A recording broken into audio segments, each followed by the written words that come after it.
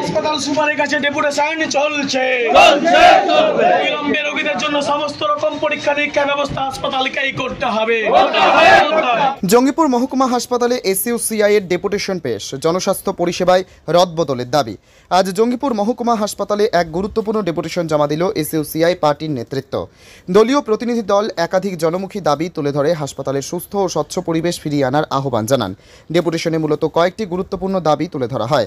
দলের পক্ষ থেকে জানানো হয়েছে, প্রথমত হাসপাতাল চত্বরকে সম্পূর্ণভাবে দালাল মুক্ত করতে হবে। রোগী ও তাদের পরিবারকে হয়রানি থেকে মুক্ত রাখার জন্য এই পদক্ষেপ জরুরি। দ্বিতীয়ত, হাসপাতালের ভেতরে বেসরকারি প্রতিষ্ঠানের নামে কোনো ধরনের পরিষেবা চলবে না, বরং সেগুলিকে সম্পূর্ণভাবে সরকারি ব্যবস্থাপনায় রূপান্তরিত করতে হবে। এছাড়া আউটডোর বিভাগকে নির্ধারিত সময় অনুযায়ী নিয়মিতভাবে চালু রাখার দাবি জানানো হয়।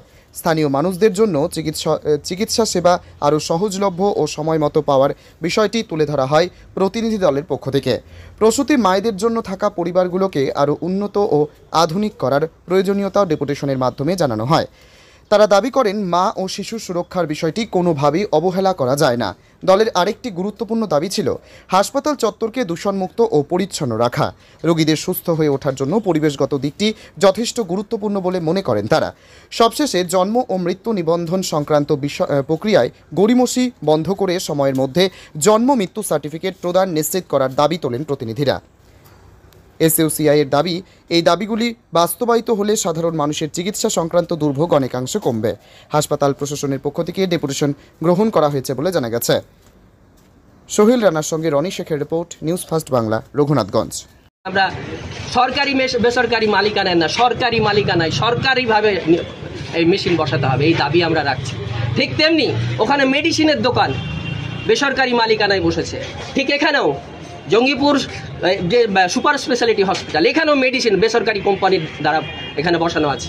তাহলে আমরা বেসরকারি মালিকানায় কোনো কিছু আমরা এটা দ্ব্যর্থহীন ভাষায় এর প্রতিবাদ করছি। এটাকে উইথড্র করতে হবে, সরকারি মালিকানায় সমস্ত পরিষেবাটা দিতে হবে।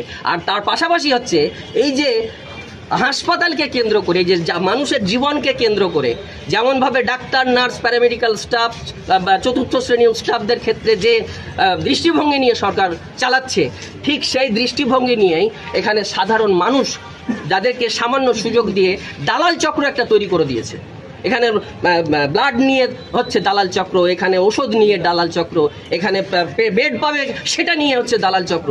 তাহলে এর বিরুদ্ধে এগুলোকে আটকানোর জন্যই হচ্ছে আজকের এই ডেপুটেশন। এগুলো সব বিষয় নিয়ে আলোচনা হবে, আমরা সব বিষয় নিয়ে আজকে এই সুপারের সাথে আলোচনা করব। ফলে পরবর্তীতে আমরা ডেপুটেশনের পরে কি হচ্ছে সেটাও আমরা অবশ্যই। আপনার নাম? আমি ডাক্তার রবিউল আলম, আমি এসইউসিআই কমিউনিস্ট দলের মুর্শিদাবাদ জেলা কমিটির সদস্য।